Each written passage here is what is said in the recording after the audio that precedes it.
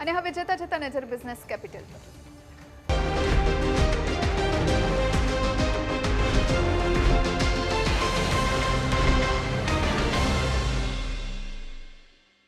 ગઈકાલે મોટા ઘટાડા બાદ આજે માર્કેટમાં સારી તેજી સાથેનું ઓપનિંગ જોવા મળ્યું, જો કે ઉપરના સ્તરોથી થોડા નીચે આવ્યા. તેમ છતાં પણ 375 પોઈન્ટ જેટલી તેજી સાથે 22,500 પાર નિફ્ટી બંધ થયો.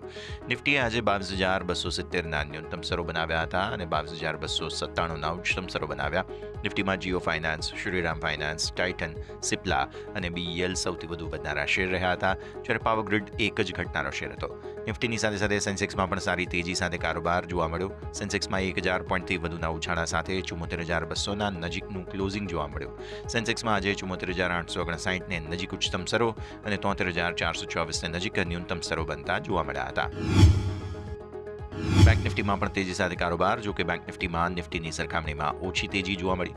બેંક નિફ્ટીમાં આજે 650 પોઈન્ટના ઉછાળા સાથે 50,500ના સ્તર નજીકનો કારોબાર બંધ થયો.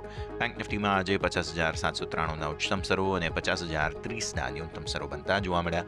બેંક નિફ્ટીમાં ફેડરલ બેંકને છોડતા આજે તમામ સ્ટોકમાં તેજી સાથે જ કારોબાર જોવા મળ્યો હતો. મિડ કેપ ઇન્ડેક્સમાં આજે સારી તેજી સાથે કારોબાર જોવા મળ્યો. મિડ કેપ ઇન્ડેક્સ આજે 1,000 પોઈન્ટથી વધુ વધીને 49,800ના સ્તરને પાર બંધ થયો હતો. મિડ કેપ ઇન્ડેક્સમાં આજે એક તબક્કે 1,500 પોઈન્ટની ઉછાળા સાથે કારોબાર જોવા મળ્યો, જો કે ત્યાંથી ફરી એકવાર ઘટાડો જોવા મળ્યો. મિડ કેપ ઇન્ડેક્સે આજે 49,194ના ન્યૂનતમ સ્તરો અને 50,237ના ઉચ્ચતમ સ્તરો બનાવ્યા. સ્મોલ કેપ ઇન્ડેક્સમાં પણ સારી તેજી સાથે કારોબાર જોવા મળ્યો હતો અને જેના કારણે થઈને 15,562ના ઉચ્ચતમ સ્તરો બનતા જોવા મળ્યા અને 15,217ના ન્યૂનતમ સ્તરો બનતા જોવા મળ્યા હતા.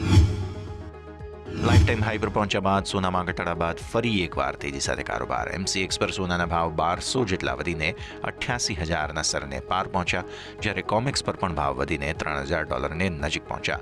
તો ચાંદીમાં પણ મોટી તેજી સાથે કારોબાર જોવા મળ્યો. ચાંદીના ભાવ 0.5% સુધીની તેજી જોવા મળી. ચાંદીના ભાવ 0.5%થી વધુ વધીને એમસીએક્સ પર 82,500ના સ્તરને પાર પહોંચ્યા હતા. તો ક્રૂડના ભાવમાં શરૂઆતની તેજી બાદ ફરી એકવાર મંદી સાથે કારોબાર. એમસીએક્સ પર ભાવ સામાન્ય ઘટીને 5,250ને નજીક પહોંચ્યો, તો આંતરરાષ્ટ્રીય બજારમાં બ્રેન્ટ ક્રૂડના ભાવમાં વધારો જોવા મળ્યો. $64.50ને નજીક પહોંચી ગયા.